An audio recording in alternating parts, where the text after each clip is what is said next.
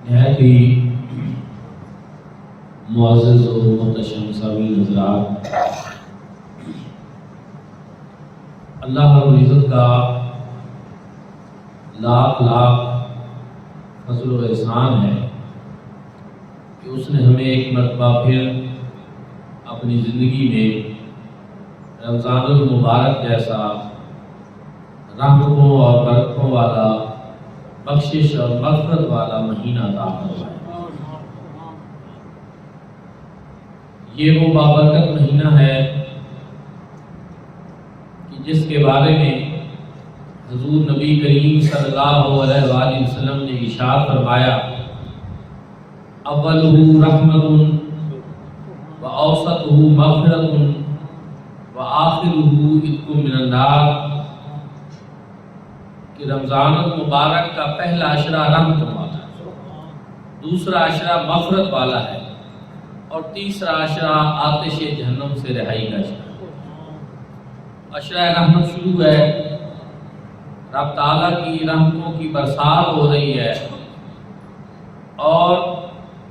رمضان المبارک کے ان ایام میں چونکہ 4 ہی جمعے ہوتے ہیں، موضوعات اتنے کثیر ہیں کہ مختلف اور متفرق موضوعات پہ ہمیں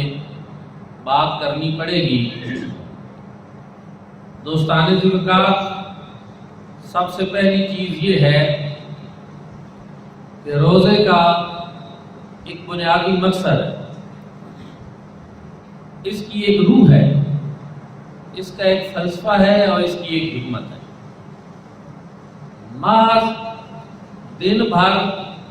بھوکا اور پیاسا رکھنا یہ اس سے مقصود نہیں، کیونکہ آج کل بہت ساری چیزیں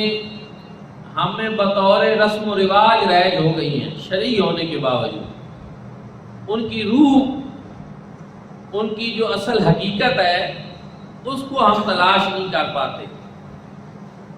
روزے کا بنیادی مقصد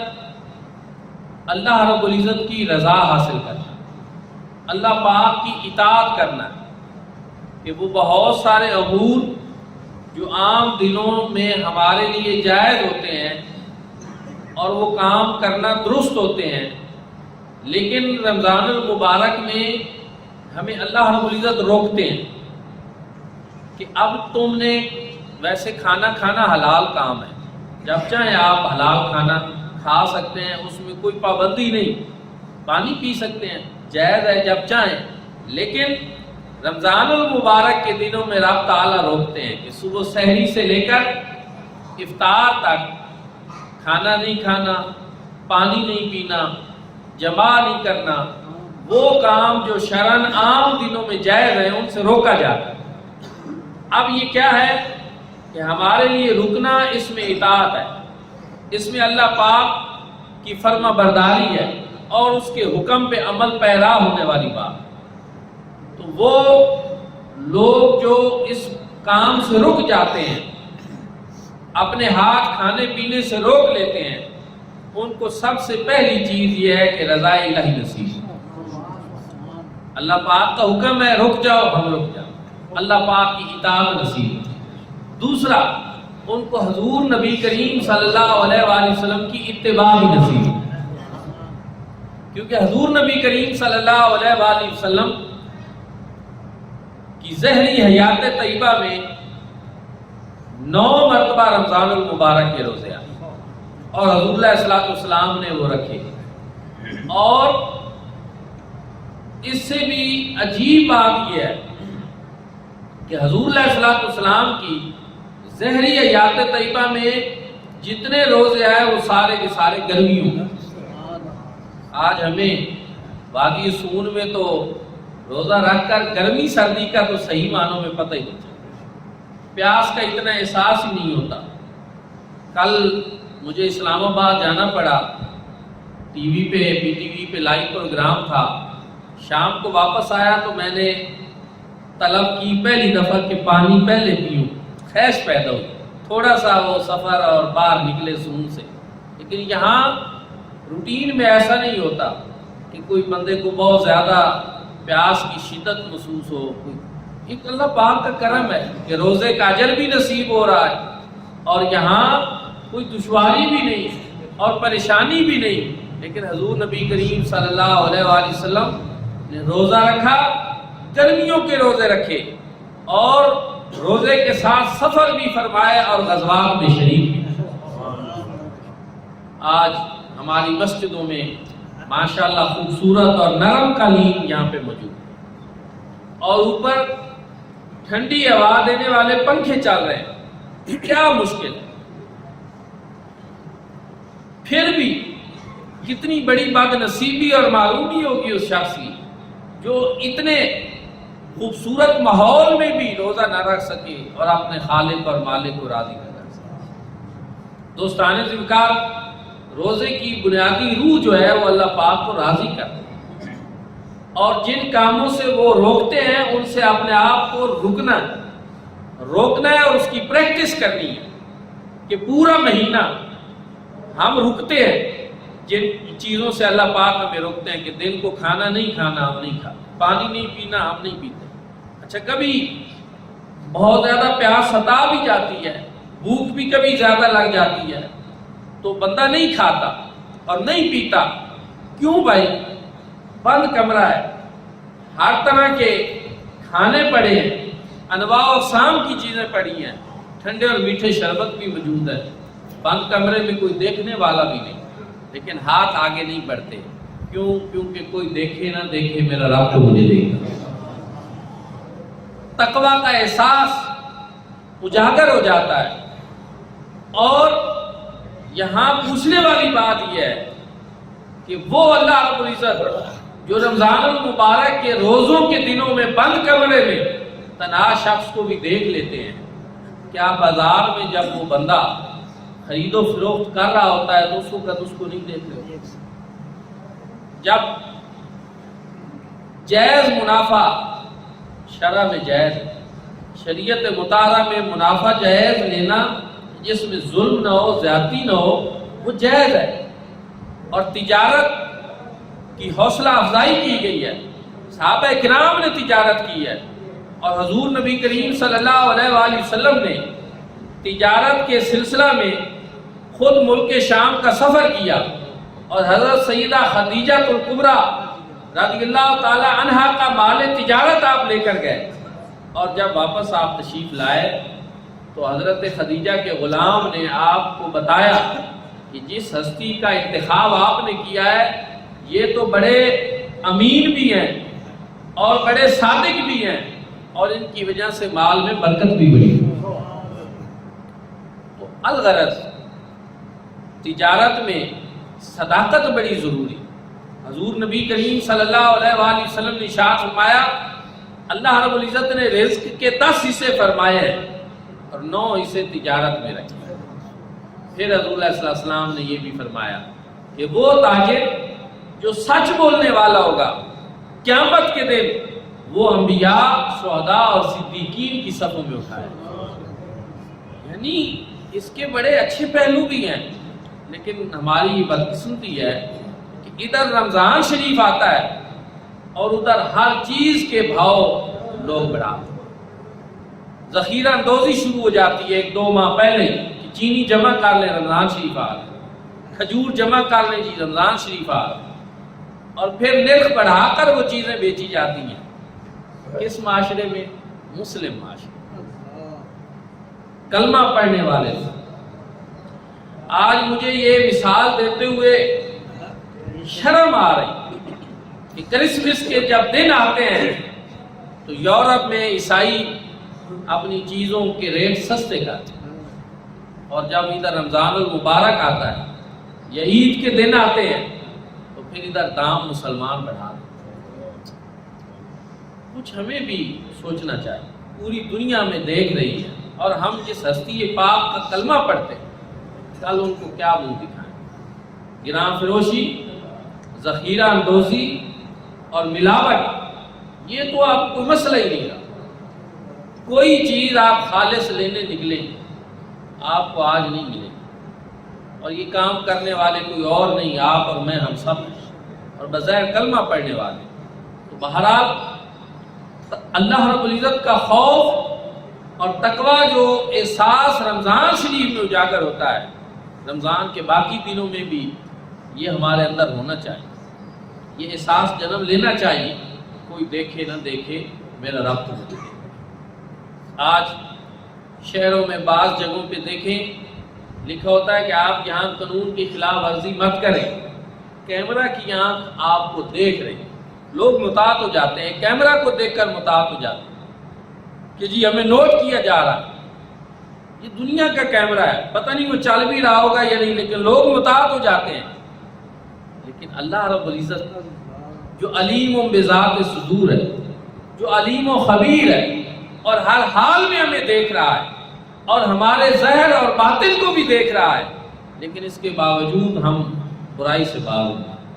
رمضان المبارک کا جب مہینہ آتا ہے تو فرشتہ صدا لگاتا ہے، یا باغی شر اقبل و یا باغی شر اقصر. اے نیکی کے طلبگار، نیکی کی طلب میں اور تیز ہوتے، اور اے شر کے چاہنے والے باغی اپنے شر سے باز آتے. لیکن لوگ پھر بھی باز نہیں آتے. دوستان ذوالفقار روزہ کی اصل روح جو ہے وہ دل بھر بھوک اور پیاس نہیں، بلکہ اللہ رب العزت کی بارگاہ سے تقوی کا نصیب ہونا ہے، رضا الہی ہے، اطاعت خدا ہے اور اتباع مصطفیٰ کریم صلی اللہ علیہ وسلم. اسی لیے فرمایا کہ وہ شخص جو روزہ رکھ کر جھوٹ بولے، غیبت کرے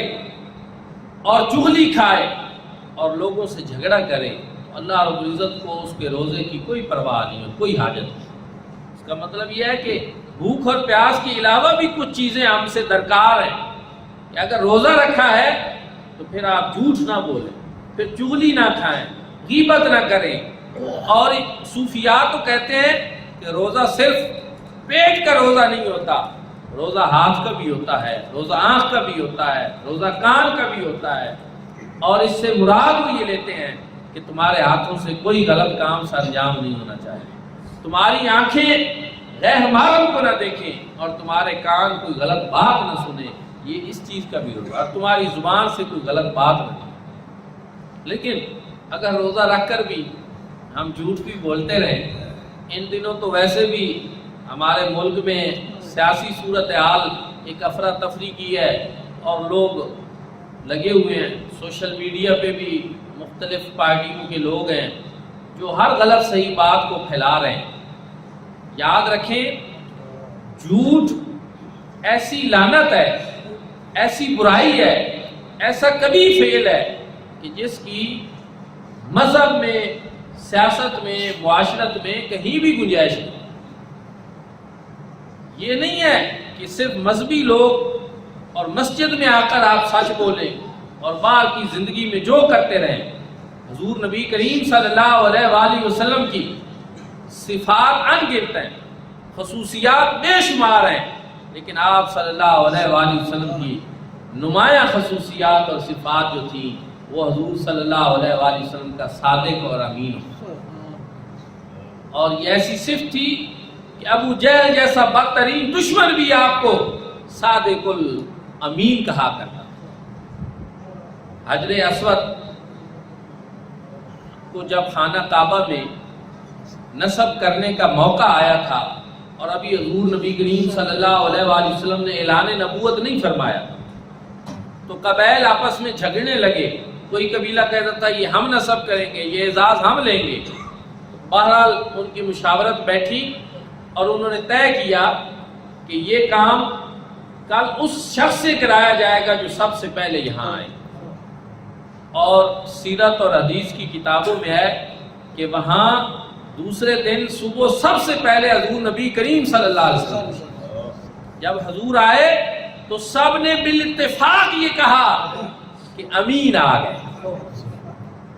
پڑھے حدیث کی اور سیرت کی کتابوں میں، مستدرک حاکم میں ہے، مسند احمد میں ہے. ان کفار اور مشرکین نے، سب نے، سرداران قریش نے یہ کہا کہ امین آ گئے، اب ہم راضی ہیں کہ جو فیصلہ یہ فرمائیں. حضور اللہ صلی اللہ علیہ وسلم نے ایک چادر مبارک میں حجر اسود رکھا ہے، تمام قبائل کے سرداروں کو وہ چادر پکڑائی اور انہوں نے بلند کیا، اور جب جہاں رکھنے کی باری آئی تو وہاں حضور علیہ السلام نے اٹھا کر اپنے دست اقدس سے نصب کیا۔ تو آپ کو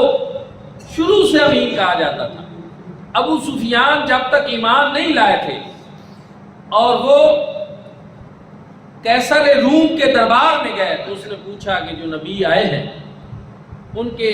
دعوے کیا ہیں، وہ کیا کہتے ہیں اور ان کا طرز عمل کیا ہے۔ انہوں نے بتایا کہ وہ اللہ کی طرف بلاتے ہیں، بتوں کی پوجا سے روکتے ہیں، نماز روزے کا حکم دیتے ہیں، وعدے کی پاسداری کا حکم دیتے ہیں۔ یہ ساری باتیں جب اس نے سنی تو اس نے کہا کہ جو نماز کا حکم دیتا ہے، جو وعدے کو ایفا کرتا ہے،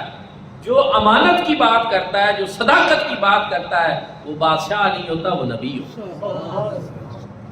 اسی طرح شاہ حبشہ نجاشی کے دربار میں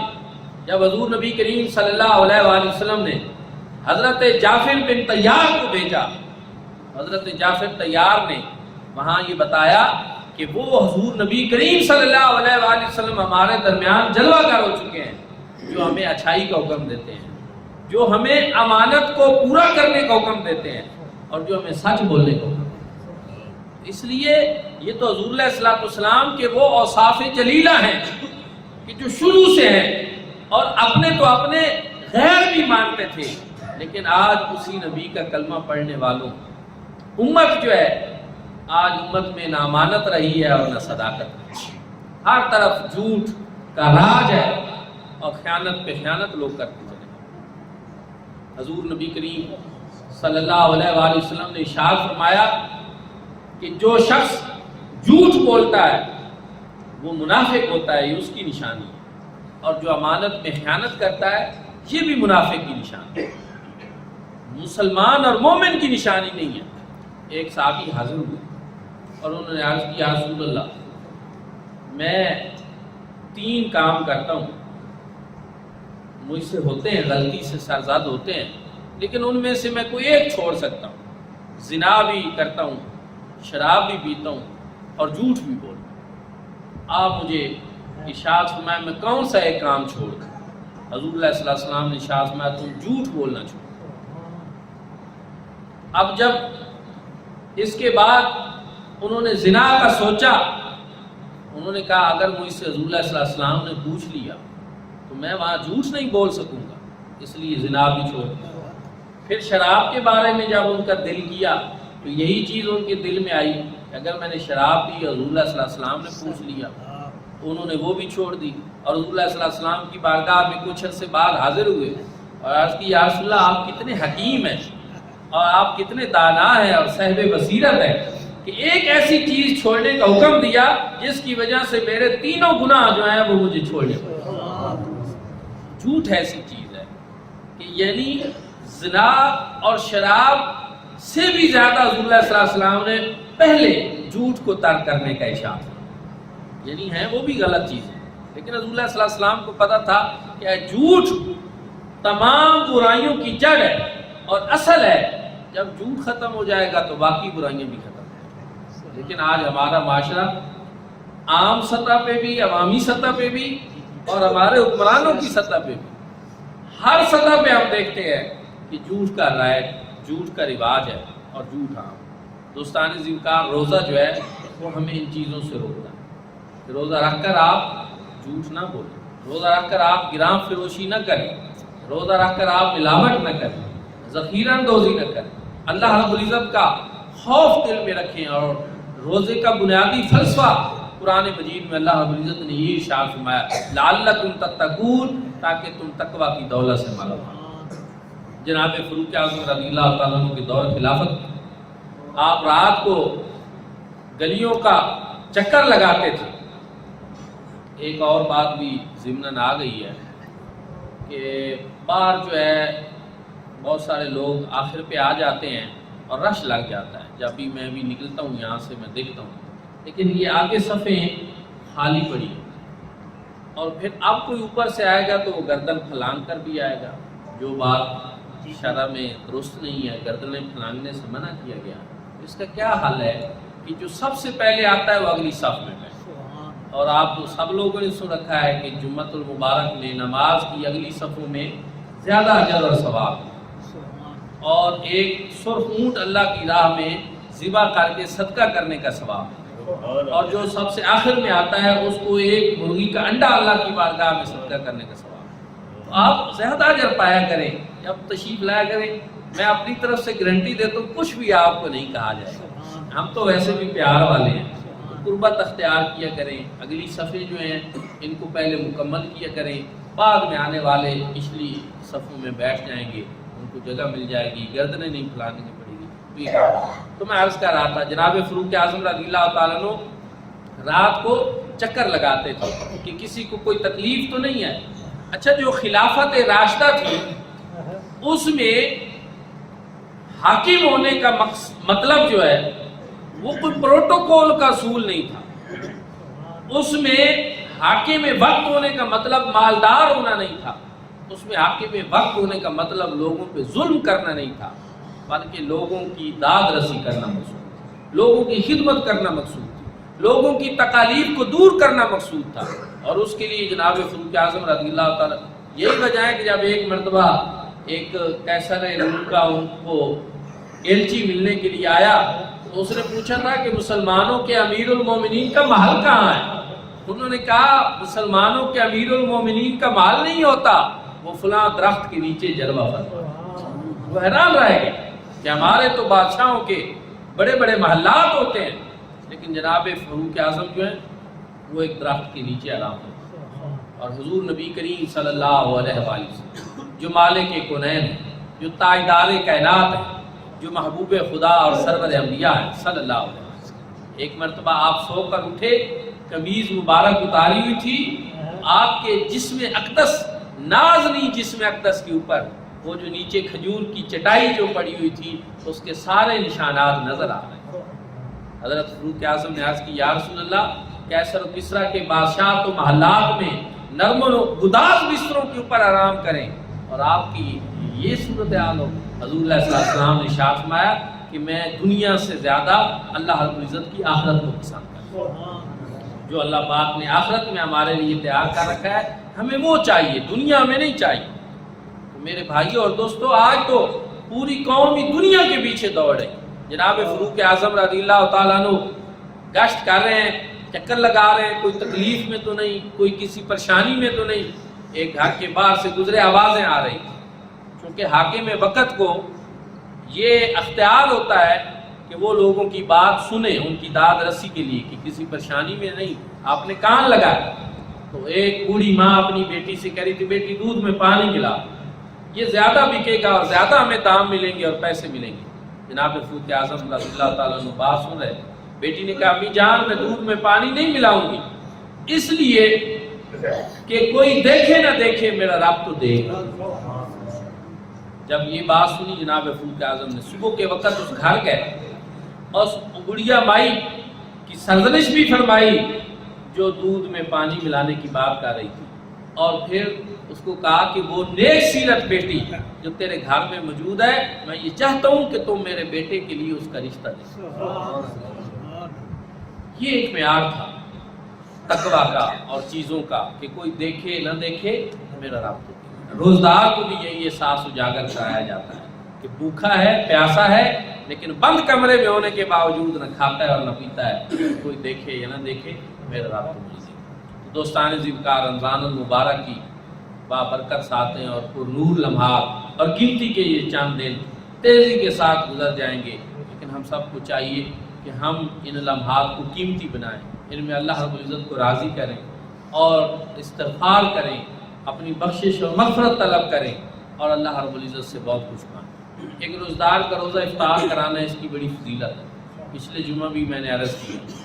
آپ کے یہاں پڑوس میں اس محلے میں میں توجہ دلانا چاہتا ہوں کہ جو بچیوں کا ہمارا ادارہ ہے اس میں 15-16 بچیاں جو ہیں وہ رہائش پذیر بھی ہیں، اور ان کی افطاری کا اہتمام اور سحری کا بھی ادارے میں ہوتا ہے، تو آپ لوگ چاہیں اس کار خیر میں بھی ضرور حصہ لیں۔ یہ بھی ایک کرنے کا کام ہے، اور مہنگائی کا دور ہے، بہت زیادہ اخراجات ہیں، تو اس میں بھی آپ ان کو بھی اپنی توجہ میں رکھیں۔ جامعہ مدینہ النبی میں ہم نے، میں نے پہلے بتایا 100 سے زائد حفاظ کی ڈیوٹی لگائی، اور الحمدللہ وہاں بھی بچے رہائش پذیر بچے ہیں، اور آپ اپنا فطرانہ جو 170 روپے ہے، اور بعض جگہوں پہ تو آٹا جو ہے اب 80-85 روپے کلو بھی بک رہا ہے، اس کو دیکھتے ہوئے ایک مناسب قیمت جو ہے یہ 170 روپے ہے، ورنہ جو کھجور اور کشمش ان کا بھی جو ہے فطرانہ دیا جا سکتا ہے۔ اپنا فطرانہ، اپنی زکوٰۃ، صدقات اور عطیات جو ہیں یہ آپ جامعہ مدینہ النبی کو دیں، اور اس کو ضرور یاد رکھیں۔ اللہ رب العزت ہم سب کو عمل کی توفیق عطا فرمائے۔ آخر دعوانا الحمدللہ۔